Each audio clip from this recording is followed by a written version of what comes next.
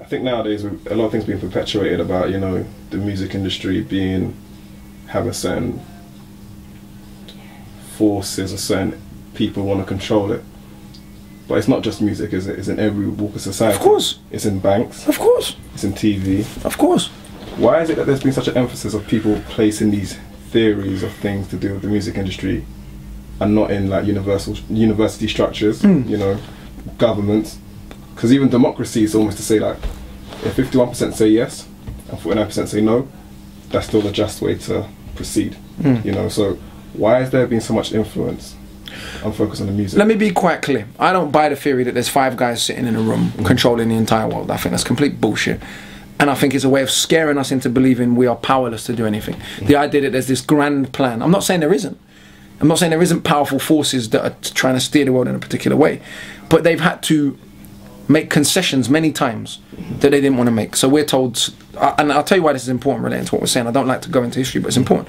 We're told slavery ended because everyone felt bad. Bullshit. Slavery ended because of the Haitian Revolution, because the economy's changed. You know, if we felt so bad about slavery, why did we invade Africa and enslave Africans in Africa long after slavery was abolished here and in America? But if you know the history, you know that in 1807, I mean, in the British schools, they tell us Britain was the first country to abolish slavery for a start, which is bullshit. Haiti was, you know, independent African Haiti was.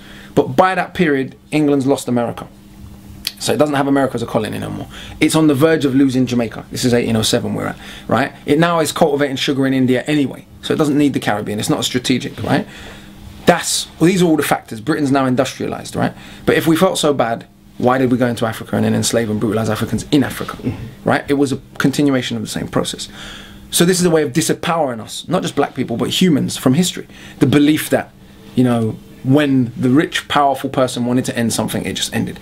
In reality, Africans in America, in the Caribbean, all over the world, murdered enough of their slave masters that the slave masters realized this is not tenable anymore. We can't control these people. It's the same today. We're taught, oh no, no, no. It's only if the rich and powerful 5 men sitting in a room decide something's going to happen, it's going to happen. Bullshit. But in terms of it being emphasized in music, I would simply say it seems obvious to me. It's racism. You know, people want to overemphasize that 5 rich black people, you know, can't get rich without working for some sort of sordid group. And it's interesting to me that people want to point the fingers at these 5 rich black people so much, as if they're responsible. Someone pays their checks, right? And what do you think the person who writes their checks looks like? But no one wants to have beef with that guy. And so to me, it's a way of black people perpetuating self-racism, because heavy metal groups have been using this same supposedly devil-worshipping imagery. And let me be clear, I'm not supporting those artists. I'm not saying I like what they're doing or I agree with everything. I'm just looking at why is such an emphasis placed on this, but not on the heavy metal artists who are using the same imagery for so long, or not on the banking system, or not on the governmental system, or not on, you know, the average middle-class kid who reads Machiavelli, you know, The Prince, or Plato, you know, The Republic, and is going to govern Britain in that way. We're being...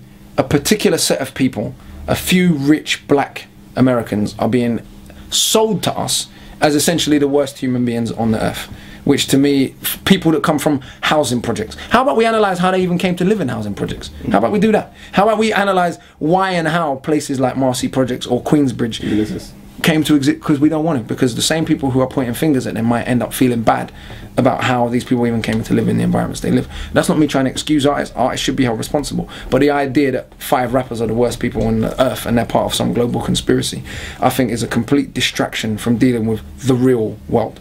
In the real world, rappers don't bomb Iraq. In the real world, rappers don't bomb Libya. In the real world, rappers are not trying to overthrow governments in the rest of the Middle East and Africa and everywhere else. Nor would they get away with it. They wouldn't get away with it, even if they tried, because I mean in the music it gets shut down. The idea that they if one of these rich, powerful black rappers who we're being told is so wealthy and so wonderful, if tomorrow they change their content and for 1 second spoke on behalf of poor black people, they drop off like that. If they made one song like Dead Prez, so you can tell me they're as powerful as you want till the cows come home, they're not powerful because they can't do what they want. Because I know at home they listen to Dead Prez. If they made a record like Dead Prez, their career would be over like that.